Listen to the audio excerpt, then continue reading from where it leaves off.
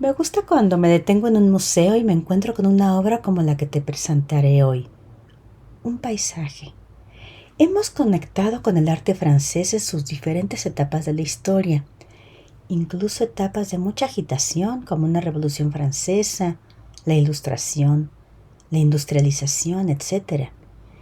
Y el pensar que las personas ya pueden detenerse en un campo y conectar con un paisaje, conectar con la belleza de la naturaleza, me da una sensación de que esas personas ya merecen un momento de paz. Y es el caso de este artista, uno de los primeros artistas franceses en pintar paisaje, Jean-François Millet. Es considerado uno de los grandes pintores de todos los tiempos, pues logra mezclar en su pintura varios elementos importantes, como es considerar el paisaje ya no como fondo, sino como tema. Además, logra despertar un profundo respeto por labores hasta entonces menospreciadas, y finalmente el darle a este paisaje campesino un enfoque religioso y espiritual. Millet tendrá un importante papel en una nueva escuela junto con Théodore Rousseau, formada por pintores paisajistas, la Escuela de Barbizon, dando inicio a un movimiento que conoceremos posteriormente como impresionismo. Pero vamos a esta significativa obra, que ha dado mucho que hablar por años y años. Lo primero que nos llama a conectar son dos figuras, una mujer y un hombre, que con una luz tenue al fondo nos pide incluso un minuto de silencio al percatarnos de lo que están haciendo. No queremos interrumpir su recogimiento. ¿Te pasa lo mismo? Vemos un día brumoso, están en un paisaje árido y ambos se dirigen al objeto que está enfrente de ellos, una cesta de papas o de patatas. Sus caras no se distinguen, pero al final eso no importa, pues podría ser cualquiera de los cosechadores que, dejando de lado todas las herramientas de este trabajo, como la horquilla, los sacos y la carretilla, hacen una pausa a sus labores para decir la oración del Ángelus.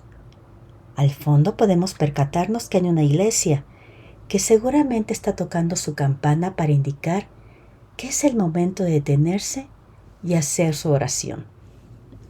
Esto no era algo fuera de lo habitual, ya que desde la Francia de Luis XI se había impuesto el rezo del Ángelus 3 veces al día, quedando como costumbre principalmente en los periodos de siembra y recolección. El Ángelus como una oración que recuerda el saludo del ángel a María durante la Anunciación. Y aunque era una costumbre en los campesinos, va a ser la primera vez que se toca el tema en una obra de arte, a lo que el mismo artista se refirió a este tema cuando le preguntaron de su obra así: el Ángelus es un cuadro que he realizado pensando en cómo, trabajando antaño en el campo, a mi abuela no se le escapaba, cuando oía tocar la campana, de hacer que nos detuviéramos en nuestra labor para rezar el Ángelus para estos pobres muertos. Esta hermosa obra en ese momento ya batía récords y tanto se conectó con las personas que no hubo hogar, chimenea, cocina o fonda de la Francia rural donde no estuviera colgada la escena de los campesinos rezando el Ángelus. Tal popularidad hizo que varios artistas también conectaran con una escena así. Tal fue el caso de Salvador Dalí, quien tuvo una reproducción en la casa materna y posteriormente plasmó ese mismo tema en una de sus obras, refiriéndose a ella como la obra pictórica más íntimamente turbadora, más enigmática, más densa, la más rica en pensamientos inconscientes que jamás haya existido. Y si pensaste que por qué turbadora y por qué densa, es porque Salvador Dalí sabía que había un secreto oculto en la obra, pues contaba con información que le había llegado de un descendiente de un conocido de Millet.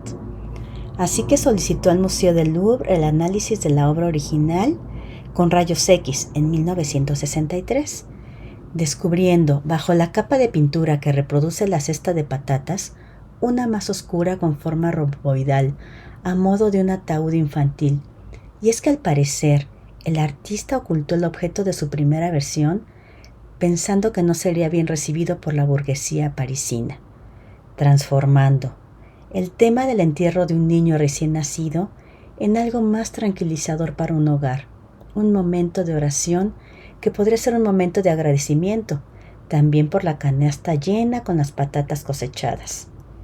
Y que, aunque en realidad esta obra se refería al entierro por parte de unos padres de su hijo fallecido tras el nacimiento, y que en ese momento, en el medio rural, era costumbre que a los recién nacidos fallecidos, antes del bautismo, no se les diera sepultura en el cementerio sino en el campo. Entonces el artista decidió transmitir una emoción de paz, mejor quitando la tragedia. Al contar con la información de estas dos versiones de la obra, me viene la emoción de compasión por esos padres que vivieron esa triste experiencia. Sin embargo, quiero conectarme con esas personas que se sintieron identificadas con la escena de recogimiento al escuchar las campanas, llevando a esa pareja a detenerse un momento y conectar con su ser, con su alma. Conecto con esa escena de recogimiento que todos en algún momento del día buscamos y que así ha sido a lo largo de la historia. Y aquí vemos una pareja común y corriente, como tú, como yo, en oración. Es el momento que al detenerte en el día, el respirar, el conectar, el agradecer, el hacer una plegaria, y muchas veces es en ese momento que entendemos la escena de lo que estamos viviendo. ¿Qué opinas?